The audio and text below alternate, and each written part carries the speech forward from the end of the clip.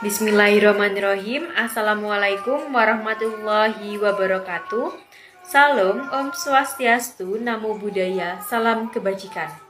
Salam sejahtera bagi kita semua. Perkenalkan, nama saya Ayu Resti Anindya Puri dengan NIM 2008031020038, Program Studi Diploma 3 Administrasi Keuangan, Fakultas Ekonomi dan Bisnis, Universitas Jember, dengan mata kuliah Praktek Perbankan dan Syariah kelas B.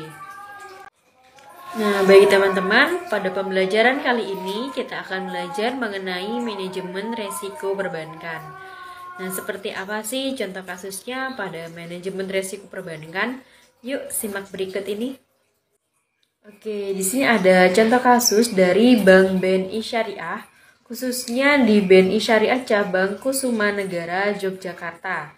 Dikatakan bank yang sehat karena dilihat dari manajemen risiko kredit di Bank BNI Syariah. Untuk pengelolaan risiko secara umum telah dilakukan dengan baik karena sudah sesuai dengan penerapan konsep enterprise risk management, yang salah satunya adalah menerapkan manajemen risiko. Faktor penyebab terjadinya risiko kredit atau pembiayaan bermasalah disebabkan oleh sumber daya manusia, yaitu dari pihak bank maupun dari pihak nasabah, serta dalam resiko operasionalnya, akibat dari kurangnya sistem informasi atau sistem pengawasan internal. Bank BNI Syariah Cabang Kusumanegara, Yogyakarta, secara keseluruhan dapat mempertahankan peringkat tingkat kesehatan bank berbasis resiko sepanjang 2016. Hari ini terbukti dari perkembangan tingkat resiko dari tahun 2014 sampai 2016 bahwa berada pada peringkat low to moderate dengan kualitas penerapan manajemen resiko yang berpredikat satisfactory atau memadai. Bank BNI Syariah dalam manajemen resiko mempunyai risk neutral yang mempunyai sikap rasional dalam menghadapi resiko. Bila peluang usaha mempunyai harapan keuntungan yang bakal diperoleh dan juga peluang resiko mungkin juga terjadi.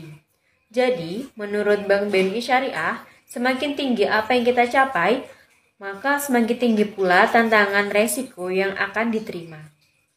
Nah, selanjutnya ada contoh kasus yang kedua dari kasus Bank Indofair. Nah, ini pada bulan Agustus 2008, Indofair masih mencetak laba sebesar 2 juta euro dengan rasio CAR sebesar 18,43%. Nah, rata-rata peningkatan net interest income-nya 44,45%. Rata-rata peningkatan aset 2% per bulan dan rata-rata peningkatan pinjaman perusahaan sebesar 1,9% per bulan. Pada bulan September, kondisi pasar keuangan mulai terguncang. Pada awal September ini, kondisi pasar keuangan mulai memperlihatkan goncangan dengan ditandai dengan merosotnya oleh harga surat-surat berharga. Nah, kondisi ini menyebabkan bank peserta repo mulai mengurangi fasilitasnya dengan Indofair karena kualitas surat berharga yang dijaminkan menurun. Kedua money market di pasar Eropa semakin langka karena semua bank melakukan penahanan likuiditas untuk keperluan intern dan nasabahnya sendiri. Likuiditas Indofair mulai memperlihatkan penurunan, tapi masih dapat ditanggulangi.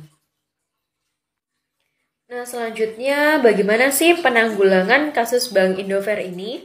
Jadi dari kasus di atas dapat disimpulkan bahwa Bank Indofair atau bank komersial di Belanda mengalami resiko kredit akibat kegagalan debitur atau pihak lain dalam memenuhi kewajiban kepada bank.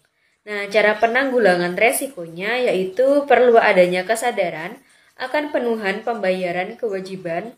Selanjutnya, pembuatan reminder. Nah, ini untuk bank agar tidak terjadi jatuh tempo.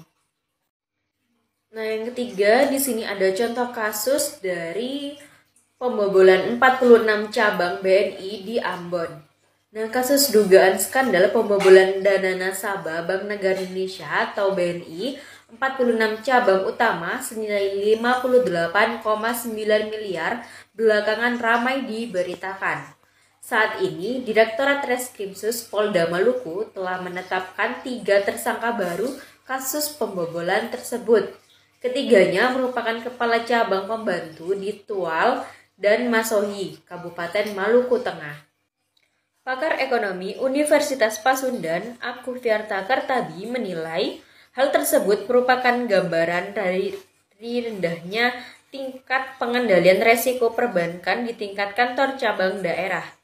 Kasus BNI 46 tersebut, dia mengatakan, merupakan bagian kecil dari banyak kasus serupa yang terjadi. Nah, dalam kasus ini, para pelaku yang terlibat berasal dari internal bank yang bersangkutan. Hal ini menunjukkan ironi tersendiri yang mengingat pihak manajemen harusnya menjadi bagian dari pelaksanaan pengawasan. Guna menjaga kepercayaan nasabah, Akuviarta mengatakan pihak BNI 46 harus segera mengganti dana nasabah yang telah disetorkan. Hal ini menjadi krusial mengingat bank adalah bisnis kepercayaan. Baik teman-teman, itu tadi beberapa contoh kasus dari manajemen resiko perbankan. Sekian pembelajaran kali ini, sampai jumpa di pembelajaran selanjutnya.